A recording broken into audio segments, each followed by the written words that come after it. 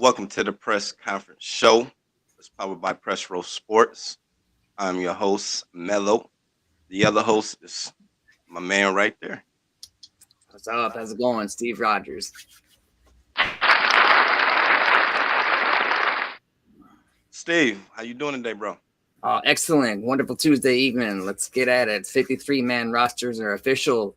Let's get it popping. NFL season is upon us. It is definitely here and in full effect. You look like you're ready to get to it. So let's talk about some NFL football tonight. And we're going to go ahead and start with the NFL top 100 players of 2022. The list came out yesterday. And there's been a lot of talk going on with this list. Let's jump right to it. Your thoughts? The floor is yours. Yeah, I'm obviously I'm from being from Minnesota. I'm a little partial to purple. So there's a few of our players that made the list. Happy to see, as always.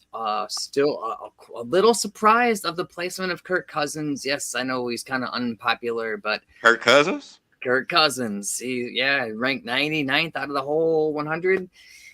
Seems a bit abusive, maybe is the right word. Okay. But I'm not saying he deserves to be in the top 25, but I 99 is 99 is just kind of disrespectful, I think. And I think he deserves a little better than that. Okay.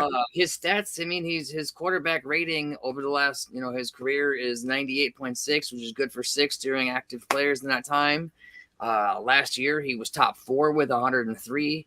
So I don't really see why there's always this weird shade on Kirk Cousins and ranking him anywhere. But I think he's a little underrated, and we'll see that shift. Underrated on under the radar and on the come up. Watch out. Okay. For sure. Now to the other end of the list, up on the top 10, the echelon. The guys who really matter. Travis Kelce makes the top 10 as the number 1 tight end at number 10 on the list. That is true. I guess he is sort of the go-to number 1 name and kind of producer. It helps when Patrick Mahomes is your quarterback. I think he makes everyone better. He'd probably make us Pro Bowlers. Anyway, who also Patrick Mahomes in the top 10, number 8. He did get ahead of Kelce. So that team has 2 men in the top 10. And the GOAT of the GOATs, Tom Brady, 45 years old, came out of retirement again, sort of, something. I guess it was an extended vacation, more or less. But something was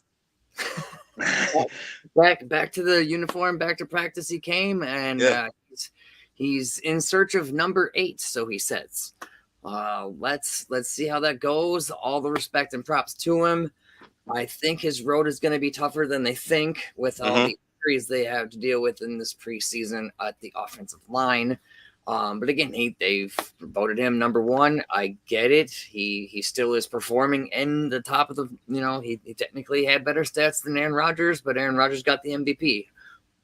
So Aaron Rodgers made number 3. Makes not a whole lot of difference to me. Aaron Donald, I think, is the kind of the standout at number 2 in the whole top 100 from the defensive tackle position, and should maybe, if not already, won an MVP, might this year, and that might be the way he ends it. Aaron Donald, and then with the MVP. I can't say that I would disagree with that. I mean, or have any pushback towards that. That definitely sounds logical. I like that. Is there anybody that didn't make the top 10 that you felt should have been in the top 10? I do kind of struggle with Josh Allen being at 13. Again, not that that's any shade or disrespect. 13's plenty high. But I believe with how close he is to the Patrick Mahomes, Aaron Rodgers, Tom Brady ilk of the elite quarterbacks, how does he not make the top 10 list when all 3 of those did make the top 10 list? I don't know who you shift in and out of there at that point. There are 2 wide receivers, Devontae Adams and Cooper Kupp, who both make the list in the top 10. at number 4 and 7, Cooper Kupp at number 4, and Devontae at number 7. So do there need to be 2 wide receivers in the top 10? Not sure. Are they both the 2 top wide receivers in the league? Most def. Maybe Mike Evans gets in the conversation. Shout out underrated, another guy. Thank you. And then they had Jalen Ramsey, I believe, as the top at number 9. And number 9 in the top 10. So it's really a stacked deck at the top. It's hard to say who you move in and move out and when and where.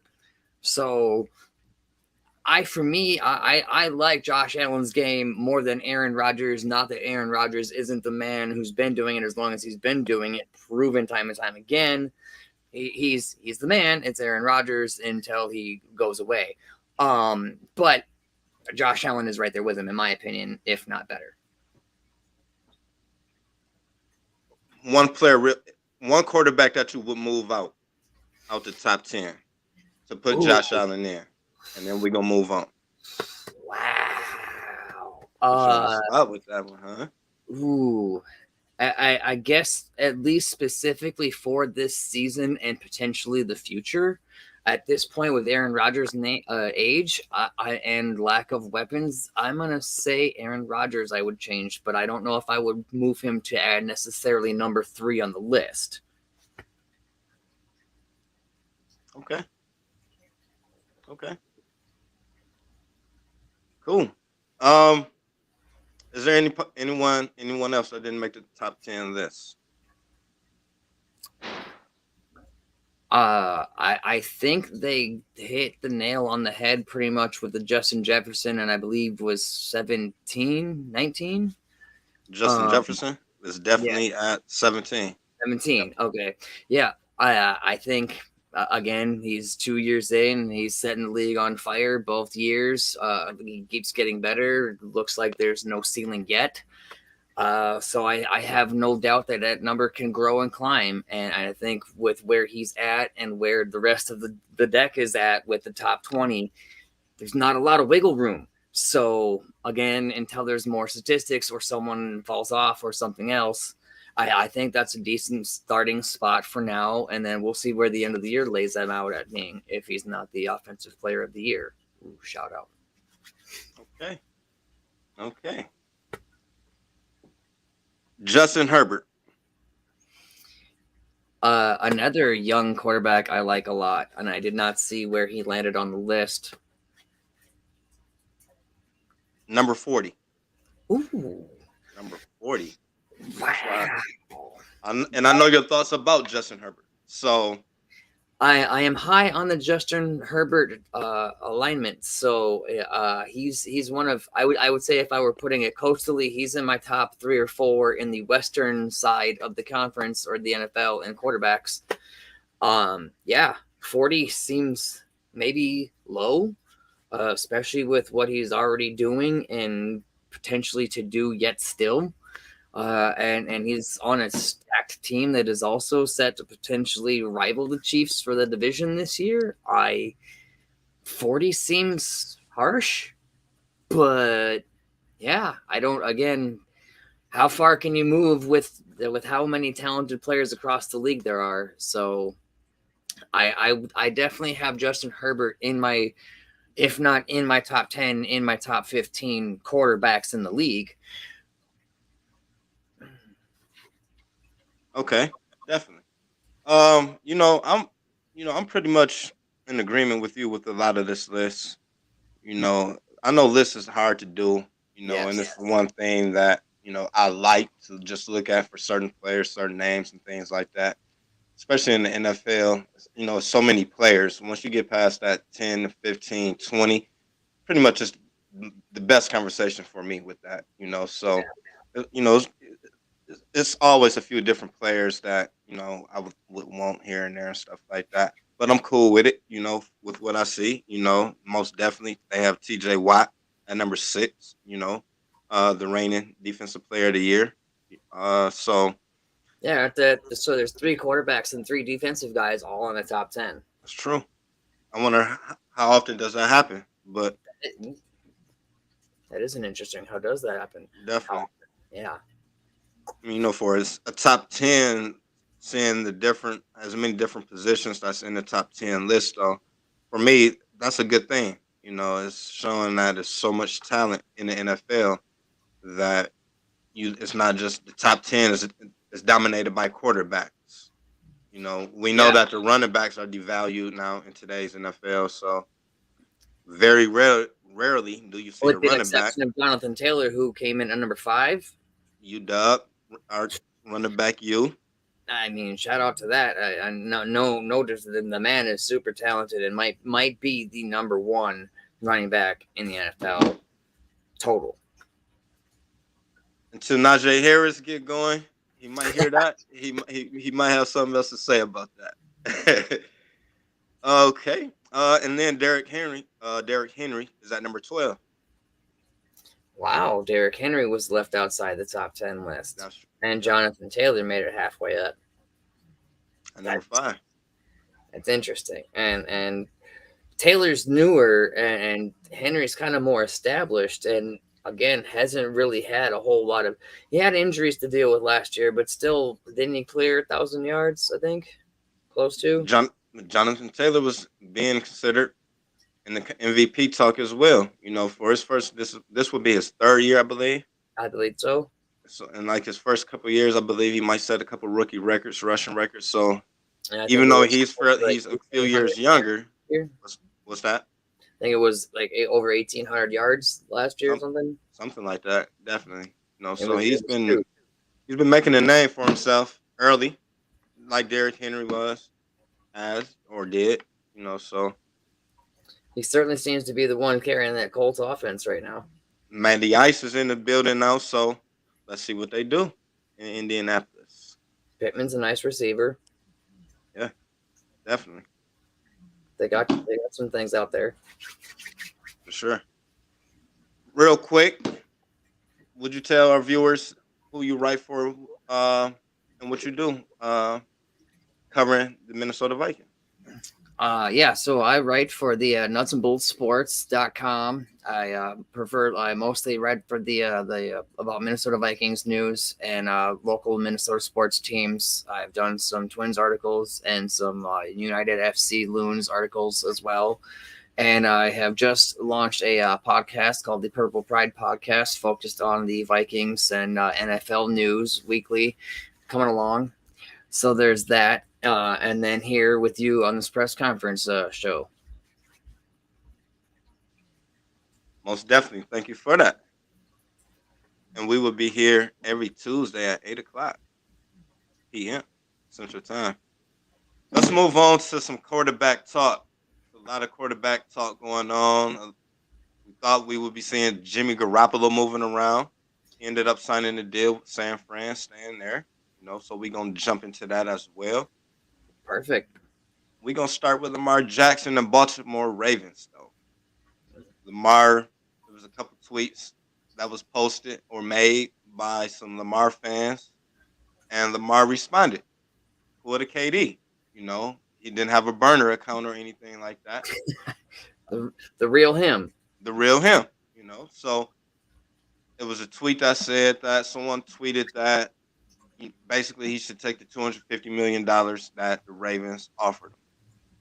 Somebody else said that they didn't offer it, or something in regards to make Lamar Jackson respond by saying, no, they didn't offer $250 million. Later on, another tweet came through, and it was a Photoshop picture of Lamar Jackson in the Miami Dolphins uniform. Ooh. Hot take. Hot take. Hot take. The floor is yours. The whole Lamar situation and him representing himself as his own agent also, and it creates just another layer of the situation as it evolves. It's been strange now, and it just seems to keep getting stranger. So what really is happening in Baltimore? Is he really happy? Does he want to stay there?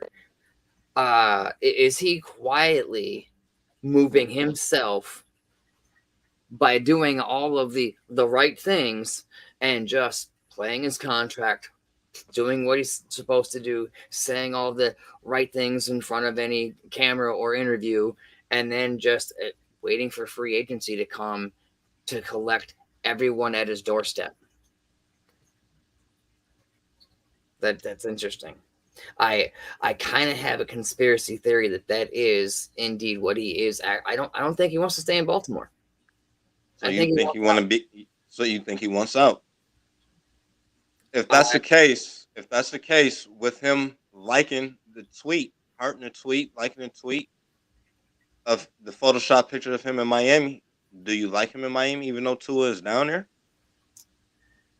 I mean, I definitely think I like Lamar over Tua in general, so I would have to say, yeah, Tua over in Miami as well. And no disrespect to Tua, it just Lamar is definitely just different and better, at least in his legs, and probably with his throwing ability too, so far, proven wise. So I don't see that being a big shift or shade towards either in that sense. I guess it also kind of makes me wonder about what the actual offer is or isn't, or has or hasn't been, what the talks are, why they are stalled, why won't he sign? How is I don't know about you and I, but 240 million sounds good enough for me. I don't know what else you need after that. I mean, you know that, and it could be 250. Do you think it would be 250 guaranteed? You know, it might be 250, but how much of that 250 would be guaranteed? And that's the main thing. You know, it's not the NBA, it's not the Major League Baseball where they have guaranteed contracts.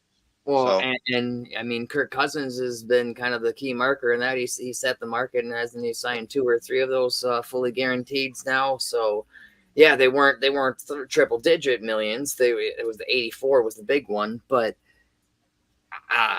you have to sign them at fully guaranteed. But yeah, what is the dollar sign? What is the limit? Where does the bar set? Deshaun Watson's contract has things kind of confused, and that's its own entire I don't even want to touch situation. That's just an entire fire that I just want to stay away from. And out of the quarterback situation, so you go Cleveland. That's that. Brissett will be okay. Lamar Jackson. You said that. So your thoughts with Lamar Jackson in the contract situation with Lamar is that get it done, get it over with. You feel he should have an agent taking care of this for him?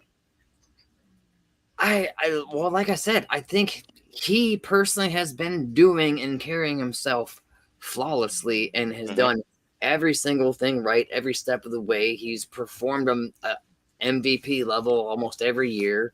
He's improved for the most part. He kind of carried that injury ravaged team last year. Definitely did. They basically still made the playoffs with, a broken team. I don't see what the hesitation is, why they're not signing, why they don't have a deal, why they're getting along, but they're not signing a contract, which kind of doesn't mean they're not getting along, but he's not. But it's contract talk though, and we're talking money. We're talking, especially in the NFL, we're talking about players trying to get as much guaranteed money as they can. Then we know the football side of things, the business side of things is that, management wants to try to save money as well. And in football, we know that the life of football, life expectancy for most positions, most players is real short, 5-7 years. Even shorter with the mobile. Or even shorter. That's what they say. That's what they say. So they say. Steve Young had a nice career as a mobile quarterback. Oh, yeah. John Elway was a mobile quarterback, definitely at Stanford in his early years in Denver. Michael Vick managed to avoid major injury. Randall Cunningham, Warren Moon. Warren Moon he really wasn't a runner, but he could get out the pocket a little bit. But Randall Cunningham, been plenty, and that's one thing that I don't like, this big misconception, like mobile quarterbacks has never been a thing. Even going back in time, I mean, the merger of the NFL and the AFL, It's been mobile Parkinson, one of the original scramblers, or I mean, exactly. So Brad I love to get out the pocket. So I definitely do not like this perception that they're trying to put on football in the NFL. Like it's changing from only being quarterbacks that stood in a pocket to all of a sudden it's this wave that the mobile quarterback is the thing. Maybe not because the style of offense in the NFL is changing. Mobile quarterbacks are needed more. They're more valuable to this style of offense in today's NFL. Oh yeah. So if you was management, what do you think? What would you pay Lamar Jackson?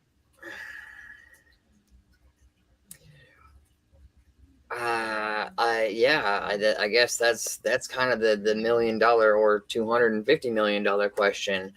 What is the number? Where do you stop?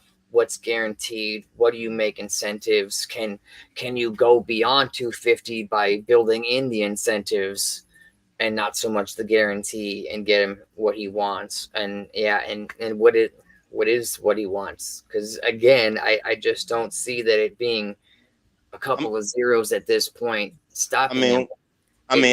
It seems like there's some internal friction that they're just not displaying and not discussing, because I think he's trying to squeeze the market the best he can and not have any kind of negative face on any front ever. He just did everything right with the organization that he was signed to until he was no longer signed, and then he can take what he wants elsewhere and get signed for what he wants. Okay, so, but that's for every quarterback. We just saw Aaron Rodgers do the same thing. For me and Lamar Jackson, I love the idea, the fact that he's representing himself. Because at the end of the day, contracts are based off other contracts. So we know between he's top 5, he should be in pay. So we know we saw what Josh Allen got. We know what Patrick Mahomes got. We just saw what Kyler Murray got. So we do have contracts that, when it comes to play on the field, what you have done for me lately, Lamar Jackson play has definitely been better than Kyler Murray. Didn't Dak recently get a big deal, and then Deshaun Watson's deal, of course, again. But so yeah, the market is out there for big. The market is definitely out there. And who were there any other quarterbacks that are on their 5th-year deal like he is that have already re-signed? Is that Kyler Murray and Josh Allen just did? Josh Allen and Patrick Mahomes. Right. So that's what I'm saying. He and Lamar Jackson is right there. We talking Patrick Mahomes. Out of those 4, the only one that has a Super Bowl. Yep. But then when we talk MVP, we talking Lamar Jackson with the MVP and Patrick Mahomes with the MVP. So that's got to be the mindset that he has, is that he has to get at least the Patrick Mahomes, Josh Allen money level contract. For sure. And now all these Kyler Murray and Deshaun Watson things are making it even more interesting and complicated, because Deshaun hasn't played in 2 years and got the big. And I'm not necessarily saying this is you, but when we listen to different sports shows and stuff like that, or ESPN and things like, it sounds like a lot of people blame the players. If management is willing to give a player this and give them that power, why do people blame the player? Why don't people put that pressure on the front office, on management? At the end of the day, those are the ones, management and the front office is the ones who say yay, and where the owner is going to sign the check for. He's going to listen to his GM, president of operations. He's not going to listen to the player.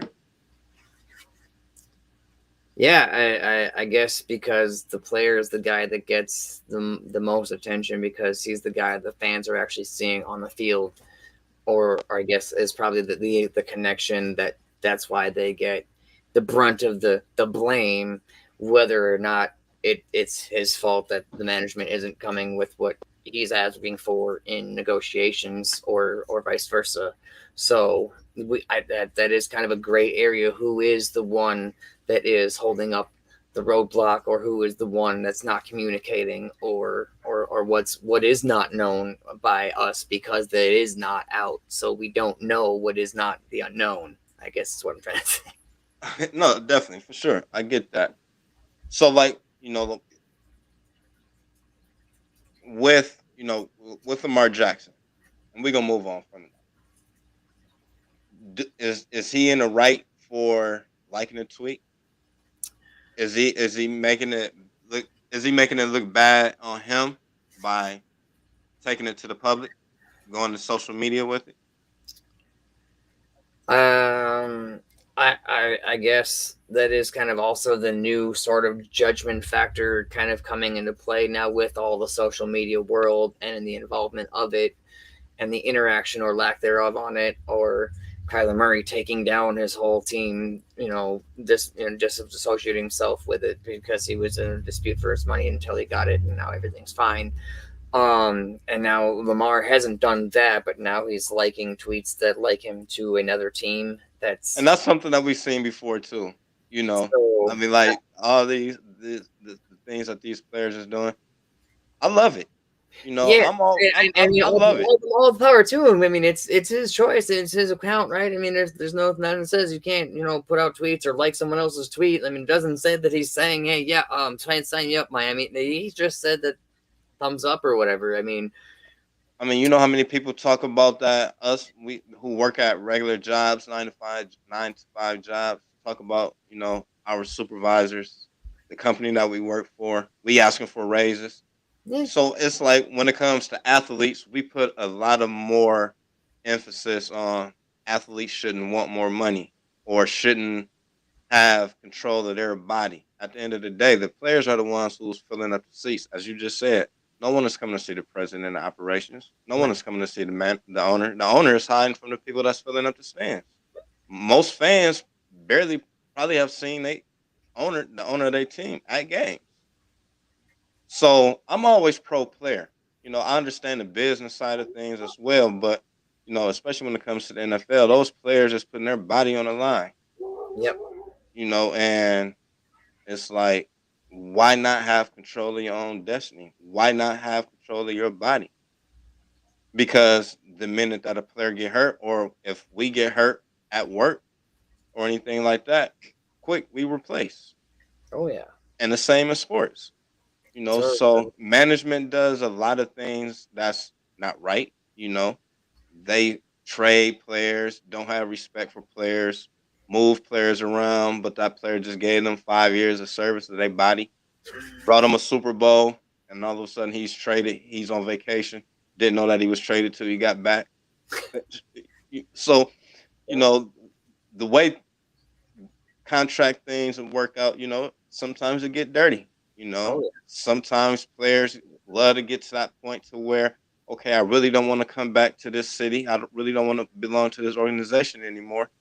I know in the back of my head I'm not going to be here, so I'm going to ruin the image of this franchise a little bit. So it's a lot of dirty things that goes on in sports in general. And then, like I said, when we get to talking contract talk, things can get definitely sticky.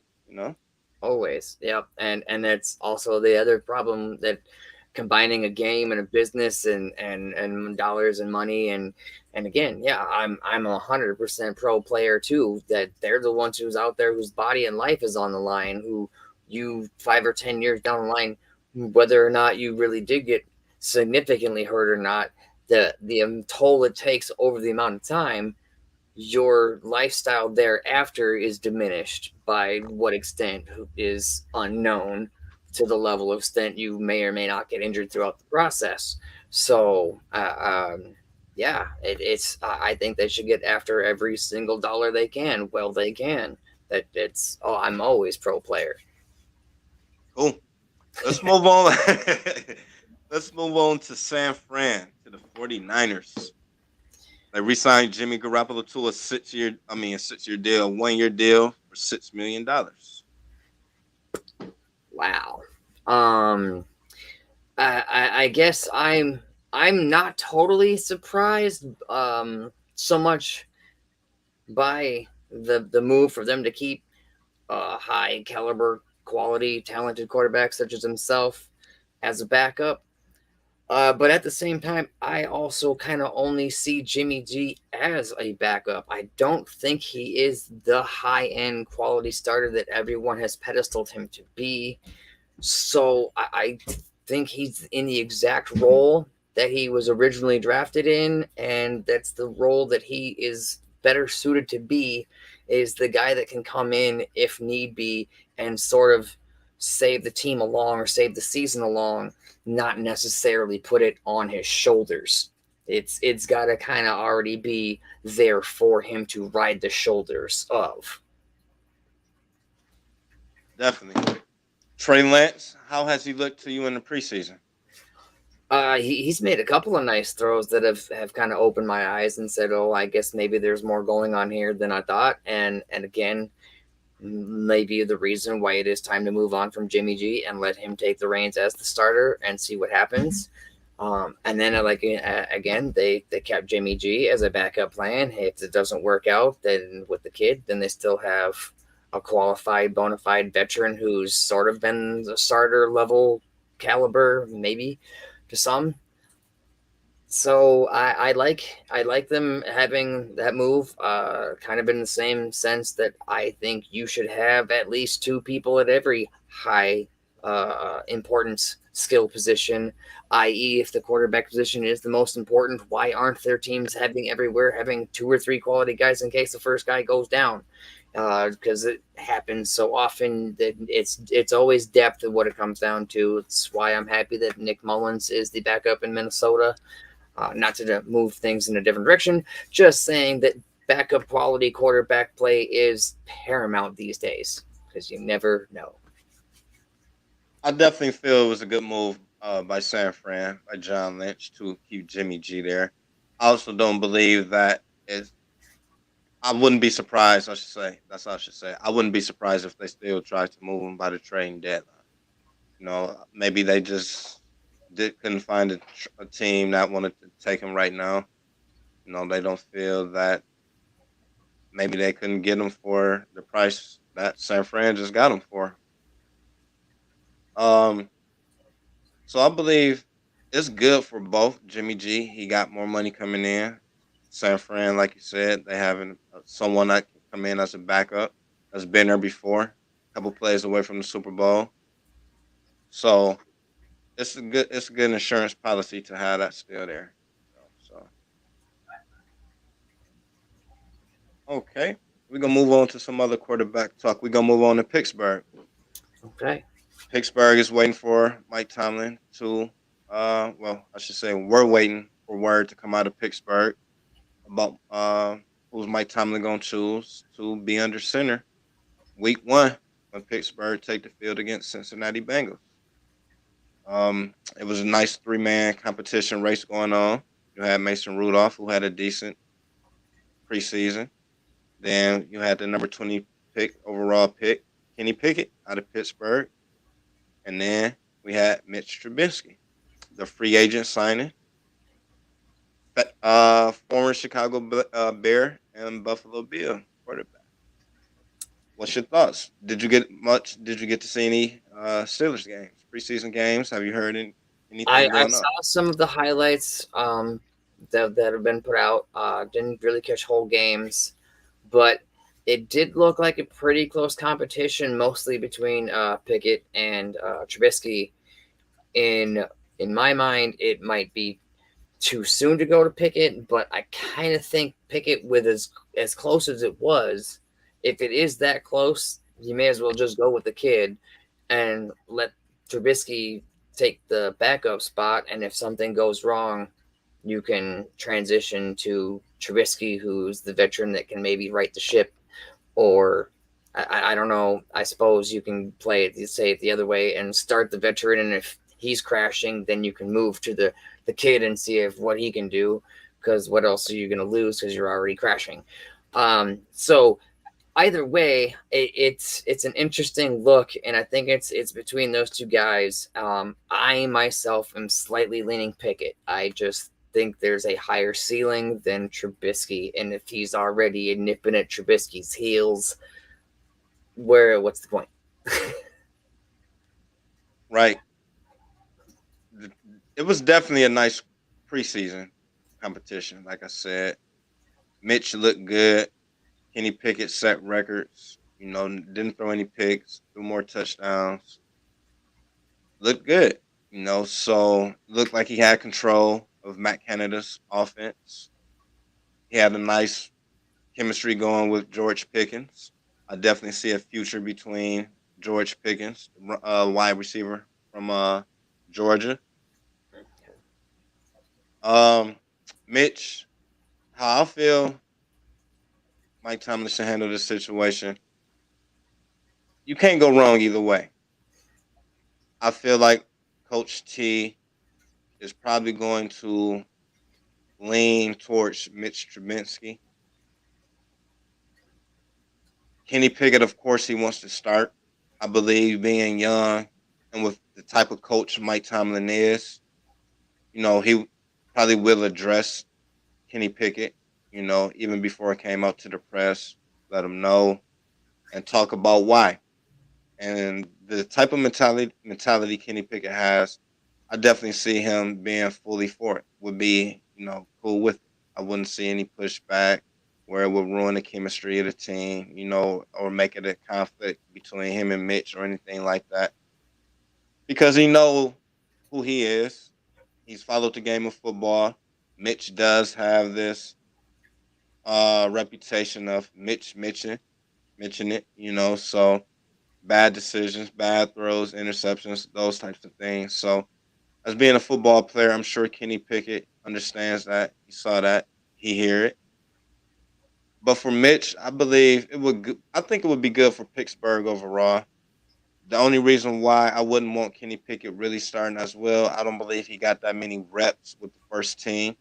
However, the best experience is actually being out there playing. However, coming into football, we do know timing, is everything. Oh yeah. And Mitch have had more, time and snaps with the first team, than Kenny have. So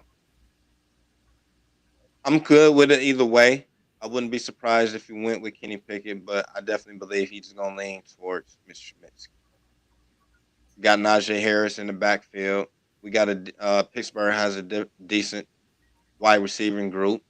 So like with Chase Claypool, Deontay Johnson, the rookie George Pickens.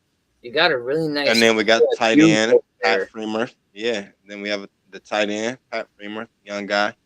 The future. To replace Ty Heap, I believe he might be our best tight end. Ty Heap since Heath Miller. Okay. So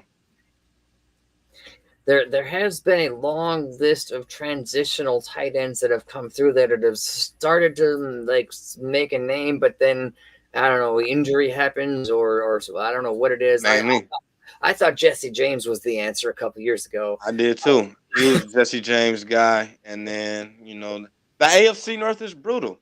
Yeah, it's brutal, and our tight ends is suspected to not only catch, but to run black and stuff as well.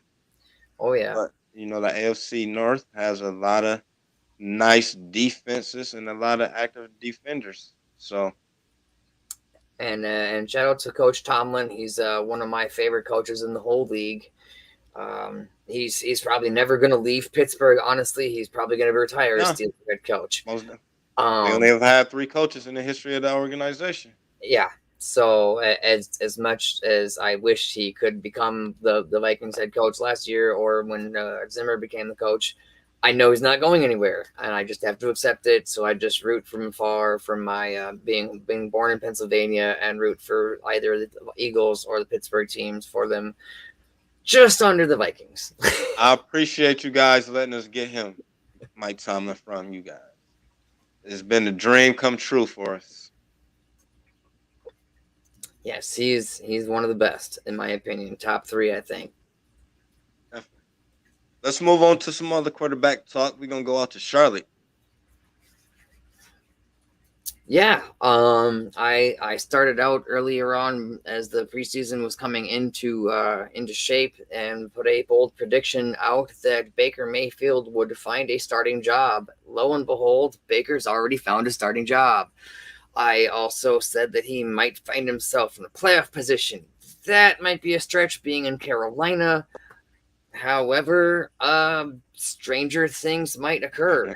So if he stays healthy, he got Cleveland in the playoffs without much turnaround time. So And he did. if anyone can do it, I believe in Baker. Watch out. Okay.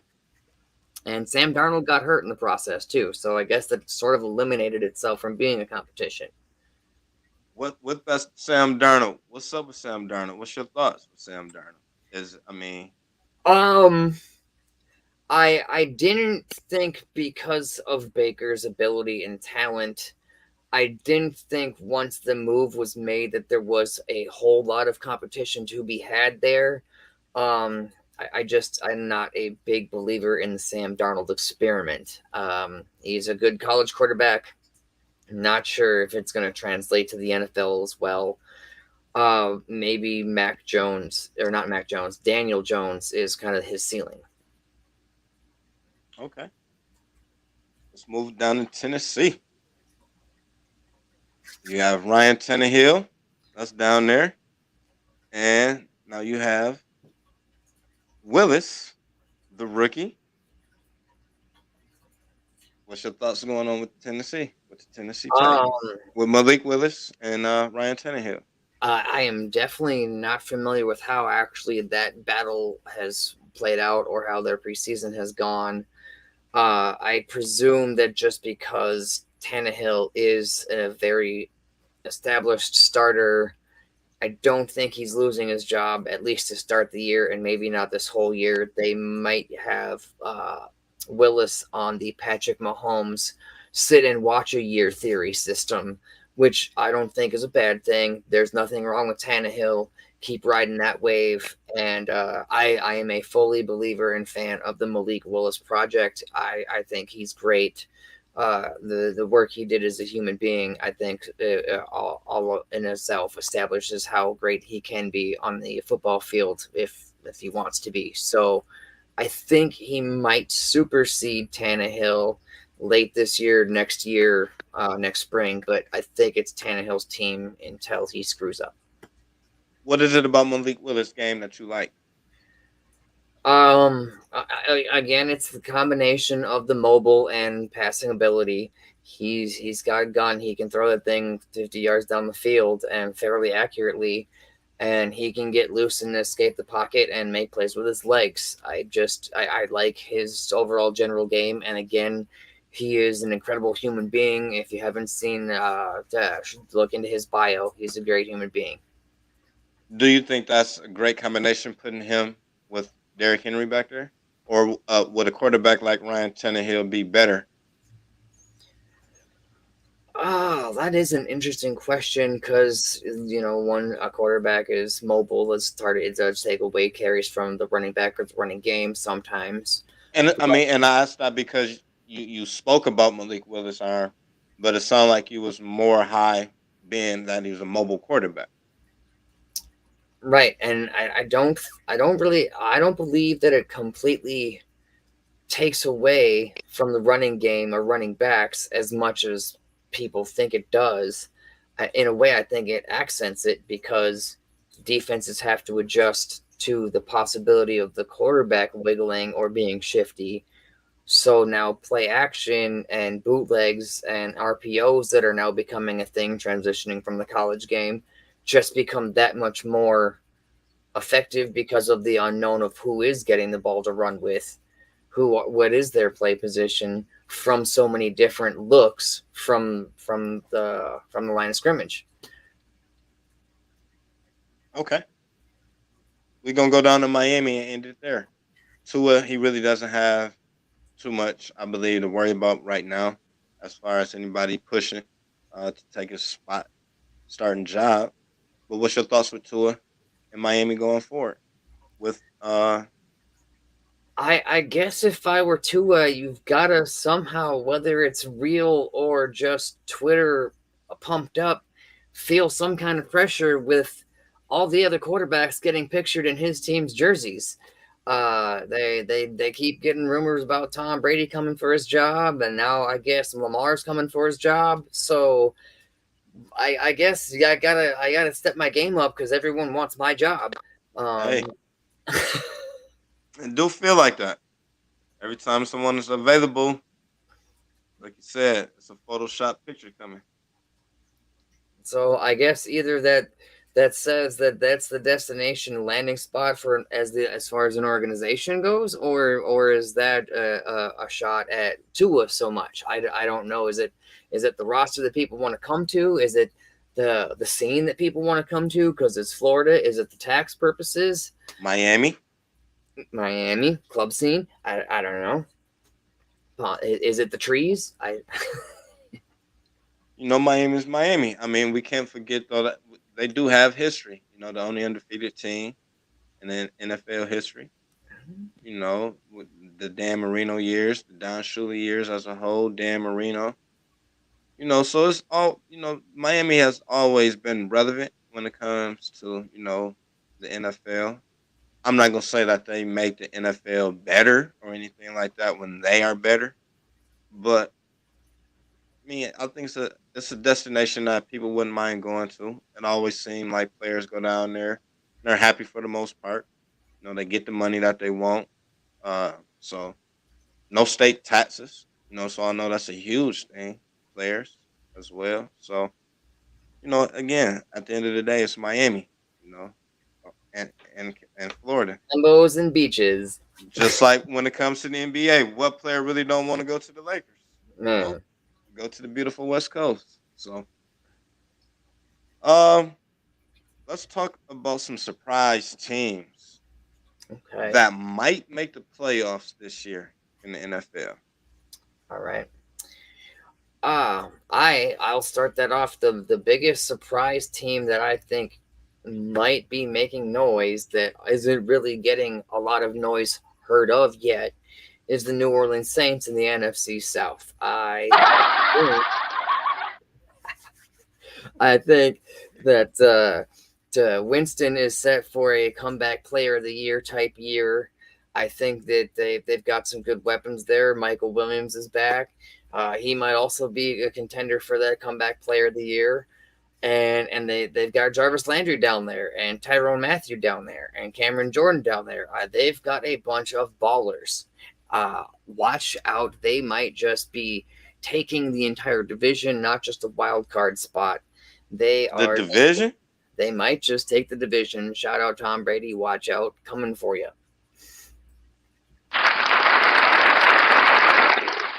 Okay. That's a hot take right there. Okay. I'll take it. The NFC South is going to the New Orleans Saints. Potentially. Yeah. Potentially. Okay. At the moment, they look like they made it better through their preseason, less injured than Tampa Bay did. And so I think that has to play into effect of the level of depth you're able to bring in week out. And with holes across an offensive line to a guy who's 45, who has always been a more known as a statue quarterback. Don't see that suddenly shifting into being the most mobile, agile quarterback, getting away from a lot of pressure.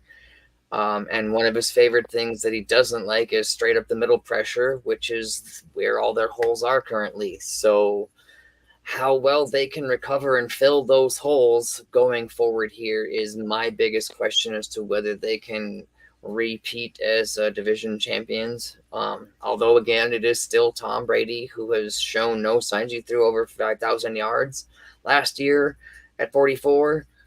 He does not look like he has yet hit that Peyton Manning wall where you suddenly can't throw a ball more than 12 yards down the field without looking like a duck.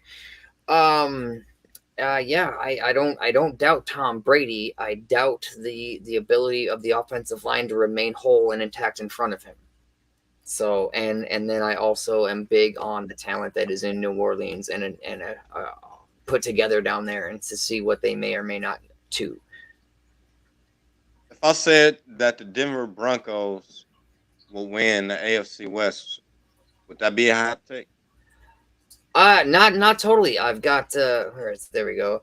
Russell Wilson will be right up behind me here. Yeah. So I'm a big fan of Russ can cook, and I think people are forgetting that Russ can cook. They've got weapons down there in Denver for him. They've got an offensive line now that probably better than he's ever had. So why can't he cook in Denver, and why can't he push the Patrick Mahomes and the Chiefs for that division? It should be interesting to say the least. That might be the toughest division in the whole NFL. And Besides the AFC North. okay.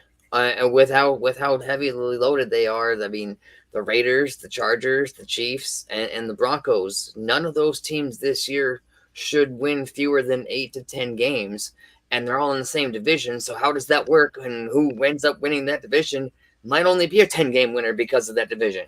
It's that fire. There are potentially 4 of the top 10 quarterbacks in that division. Derek Carr, Justin Herbert, Patrick Mahomes, and Russell Wilson. They're all gunslingers. They're all out to get back to the big bowl. They're out to get to or back to the big game. Patrick's been there and Russell's been there. They each have won one. They've each lost one. So of the two, they're the most playoff seasoned or Super Bowl seasoned, and know what it takes to get there, and know what it takes to win one, and know what it feels like to lose one. So that division is going to be absolute fireworks all year long. I can't wait. We have about 10 minutes left. So we're going to talk about your Super Bowl favorite right now.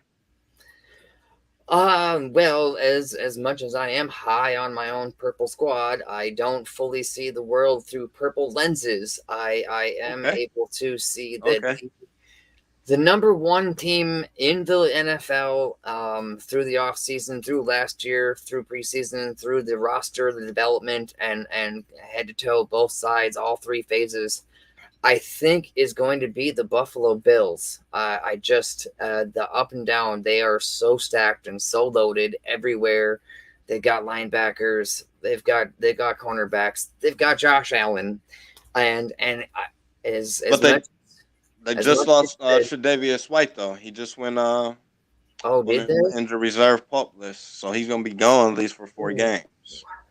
That might make their season a bit more difficult, at least in their division. Wow, I did not know that. They count on him a lot. He's one of their main keys on that defense. Not just from his talent level, but I think he literally, heart-wise, he's one of the key cogs that runs that stirs that drink on the defense. That's going to be tough. I don't know how they recover from that one. On the offensive side, though, I believe Stephon Diggs is still one of the top 10 wide receivers in the NFL, so they should be okay. And they now have James Cook at running back to take some of the pressure off of Josh Allen, trying to have to be both quarterback and top running back at the same time with his mobile abilities. Not that he can't be mobile, but he shouldn't have to be 2 positions at the most important position.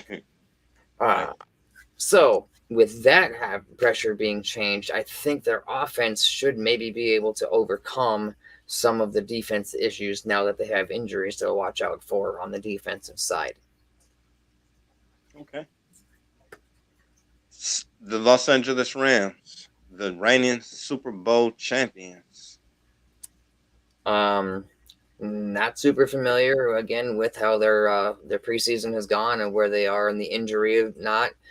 I know that Stafford's been dealing with some elbow thing. I don't know how far that's going to hamper and affect him going through the season or not. They've got Aaron Donald, who is getting in fights, so but will not be suspended. Nothing will be happening. He will not be punished. Yeah, or not something that happens. Something that happens usually every year in training camp. It's not team on team, but it's always team players on the same team. Always there's always one fight with one team. Tensions seem to always run a little hot on these summer temperatures. It's hot. 2-a-days, so yeah. Yeah, I don't see and again, the NFC being what it is, I still see them being, they lost Von Miller. OBJ is still in the air, unknown. But they've still got Cooper Kupp. They've still got Van Jefferson, and they've still got running backs. So I don't I don't know how far they're gonna really be hurt by what they don't have. And maybe OBJ comes back still to them. So who knows? I think they are in the top 5 to 7 conversation, at least in the NFC, getting to the Super Bowl or at least deep playoff run. I don't see any reason why that shouldn't be. That's what they do. We're gonna give you a round of applause. Man, thank you for all the information. It's a lot of good takes there that you gave today. Thank you. Some things to definitely think about. We got 5 minutes left. We're gonna go ahead and wrap up the show. Do you want to let everyone know where they can follow you at and where they can catch your writings at with Nuts and Bolt Sports? Yeah, all my articles are posted on nutsandboltsports.com. And I am on Twitter at the real Mr. Rogers 814 at Twitter. I've got the Purple podcast coming out weekly on nutsandboltsports.com, and you can find both of us here at the press conference show weekly on Tuesdays. Most definitely. You can find my writings with Nuts and Bolts Sports as well, nutsandboltsports.com. Mello Williams, Press Row Sports on Facebook. Everything else is going right now at the bottom of the on the ticker, where you can find Press Row Sports and everything that we got going on. Every Tuesday, though, I'm definitely looking forward to this. We got a week left before the actual kickoff. And I actually do like this, that the players actually get a week off instead of jumping right into the season. You know, it allows the team, allows the players to get a little therapy, get a little healing, a little time to rest. So a little R&R, little one last little dose of family time. Yeah. You know, might go on exactly. Go on a family trip real quick. The next 4 or 5 months is a grind. You know, big grind. It's big grind. It's like a bye week to the beginning of the year for him. Definitely. And I'm interested to see how this continues to play out with the main starters. And I get it for a health perspective. If you're not on the field on preseason, you can't get hurt preseason, so to speak.